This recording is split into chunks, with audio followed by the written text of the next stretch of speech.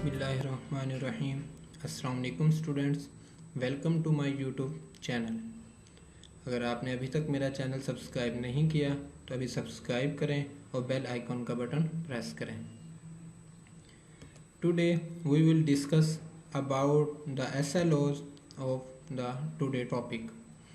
Define science, science क्या होती है या साइंस से क्या मुराद है।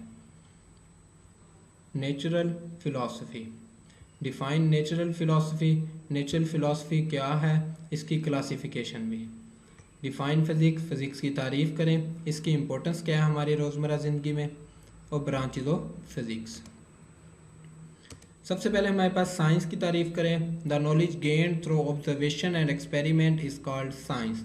वो इल्म जो मुशाहिदात और तजर्बात की बुनियाद पर हासिल किया जाए साइंस कहलाता है। साइंस का लफ्ज़ लैतीनी ज़बान के लफ्ज़ साइंटिया से माखूज़ है, जिसका लफ्ज़ी मतलब है इल्म। Natural philosophy, various aspect of material objects were study under a single subject called the natural philosophy. असल में 18वीं सदी से पहले मादी इजसाम के मुतल्लिक मुख्तलिफ पहलुओं का मुताला जो किया गया, इसको हम नेचुरल फिलॉसफी कहते हैं। मसलन आग कैसे जलती है, पत्थर, पहाड़, सुबह और शाम कैसे होती है, ज़मीन, सूरज, चाँद, सितारों का आपस में क्या रिलेशन है, इन तमाम चीज़ों का मुताला हमारे पास नेचुरल फिलॉसफी के अंदर डिस्कस किया गया। इसकी क्लासिफिकेशन की गई नेचुरल फिलॉसफी की दो बेसिस के ऊपर, एक फिजिकल साइंसेस की बेस के ऊपर, एक बायोलॉजिकल साइंसेस की बेस पर। फिजिकल साइंसेस की बेस के ऊपर जब हम देखते हैं तो इसके अंदर नॉन लिविंग थिंग्स शामिल की गई, और जब हम बायोलॉजिकल साइंसेस के अंदर बेस के ऊपर देखते हैं तो इसमें लिविंग थिंग्स यानी जानदार एशिया से शामिल की गई।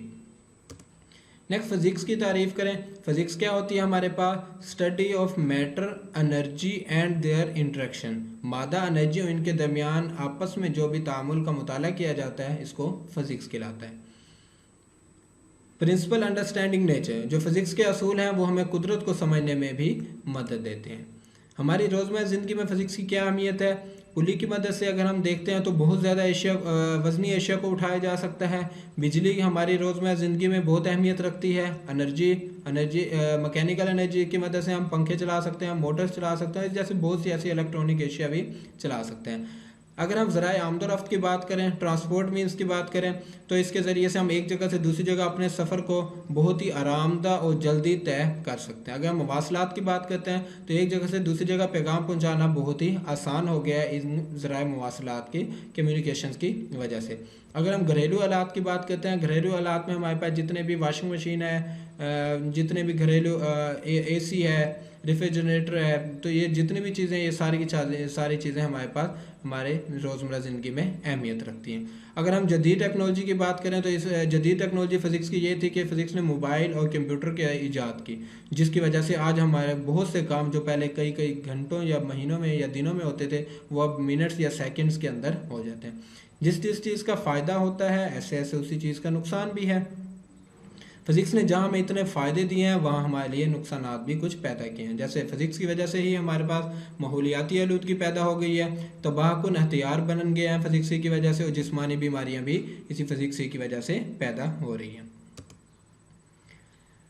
अगर हम ब्रांचेज ऑफ फिज़िक्स की बात करते हैं तो सबसे पहली ब्रांच है मैकेनिक्स। मैकेनिक्स में हम मोशन ऑफ ऑब्जेक्ट्स, इजसाम की हरकत का मुताला, काज़िज़ वजूहात देखते हैं और असरात देखते हैं। यानी इस शाख में इजसाम की हरकत, इसके असरात और वजूहात का मुताला किया जाता है। अगर हम हीट की बात करें, नेचर ऑफ हीट, हीट की नेचर क्या है, माहियत क्या है, ये किस तरह से ट्रांसफ़र होती है, इसका इफ़ेक्ट क्या है हीट का हमारी ज़िंदगी के ऊपर, तो ये भी इस ब्रांच में डिस्कस किया जाता है। नेक्स्ट अगर हम साउंड की बात करें, study of physical aspect of sound, दिखने में साउंड कैसे पैदा होती है, साउंड किस तरह से एक जगह से दूसरी जगह सफ़र करती है, पैदा कैसे होती है, उसकी खसूसियात क्या हैं और एप्लीकेशंस क्या हैं साउंड की। इस शाख में आवाज़ की लहरों के तबई पहलू, इनके पैदाइश, खवास और इतलाक़ का अहाता किया जाता है। लाइट की बात करते हैं, physical aspect of light, light दिखने में कैसी है, इसकी प्रॉपर्टीज़ क्या हैं, ये वर्किंग कैसी है इसकी, और ऑप्टिकल इंस्ट्रूमेंट में लाइट किस तरह से इस्तेमाल की जाती है, यानी रोशनी के तभी पहलू, इसके खवास का मुताला भी इसमें शामिल है। इसके बसरी आलात का तरीक़ाकार और इस्तेमाल का भी इसी ब्रांच में जायज़ा लिया जाता है। जब हम इलेक्ट्रोमैग्नेटिज्म की बात करते हैं, स्टडी ऑफ चार्जेस जो रेस्ट की हालत में भी हो सकते हैं, मोशन की हालत में भी हो सकते हैं, इनका इफेक्ट क्या है और रिलेशनशिप क्या है आपस में विद मकनातीस के साथ, मैग्नेटिज्म के साथ, तो ये भी हमारे पास इस इलेक्ट्रोमैग्नेटिज्म में डिस्कस किया जाता है। न्यूक्लियर फिजिक्स की बात करें, इसमें हम स्टडी ऑफ प्रॉपर्टीज़ पढ़ते हैं, बिहेवियर पढ़ते हैं न्यूक्लियाई का। अब न्यूक्लियाई के अंदर जो पार्टिकल्स होते हैं वो कौन कौन से हमारे पास इलेक्ट्रॉन, प्रोटॉन, न्यूट्रॉन, इनके बारे में भी डिस्कस किया जाता है।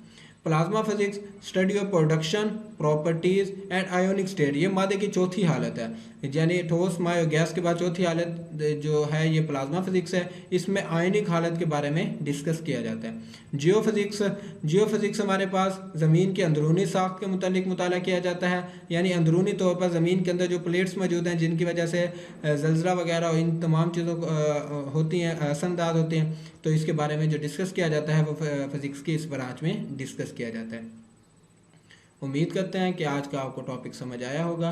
अगर ये आज के टॉपिक के नोट्स चाहिए तो आप कमेंट्स कर सकते हैं। Thank you students, thanks for watching my YouTube channel.